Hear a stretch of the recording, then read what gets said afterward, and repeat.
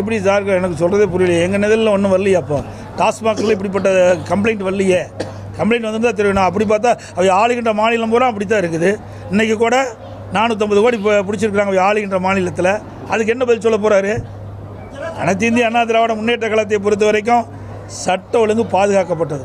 ஒரு பார்டர் ஸ்டேட்டில் ஒரு ட்ரக்ஸை கண்ட்ரோல் பண்ணுறாங்கன்னா அவங்களுடைய எஃபிஷியன்சி எந்த அளவுக்கு பிடிக்கிறாங்கிறது பொறுத்து தான். இன்னைக்கு அந்த முன்னாள் முதலமைச்சர் புரிந்து கொள்ள வேண்டும், இது போன்ற அரைவேக்காட்டுத்தனமான பதில் சொல்லக்கூடாது. இவங்களாம் முன்னாள் முதலமைச்சரா பொறுப்பில் இருந்திருக்கிறாங்க. நாகாலாந்து, உத்தராகண்ட், ஹிமாச்சல், குஜராத் பார்டர் ஸ்டேட்ல வெளியே வர்றத ஒரு காவல்துறை பிடிக்கிறாங்கன்னா இட் ஷோஸ் தேர் எஃபிஷியன்சி. இன்னைக்கு பாத்தீங்கன்னா பங்காளி கட்சி என்பதை முன்னாள் முதலமைச்சர் அவர்கள் மறுபடியும் ஊர்ஜிதம் செய்யறாங்க. அவங்க பேச மாட்டாங்க. அதுக்கு பதிலா முன்னாள் முதலமைச்சர் பதில் சொல்லிட்டு இருக்காரு.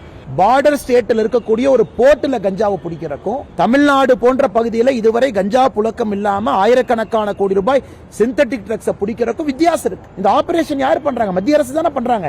இதை மாநில போலீஸ் முந்தரா போர்ட்ல போய் பிடிச்சாங்களா? தமிழ்நாட்டினுடைய காவல்துறை முந்தா போர்ட்ல போய் சர்ச் வாரண்ட் வாங்கிட்டு போய் பிடிச்சாங்களா?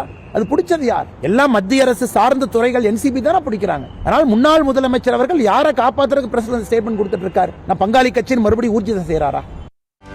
செய்திகளை உடனுக்குடனும் துல்லியமாகவும் தெரிந்து கொள்ள சப்ஸ்கிரைப் பண்ணுங்க.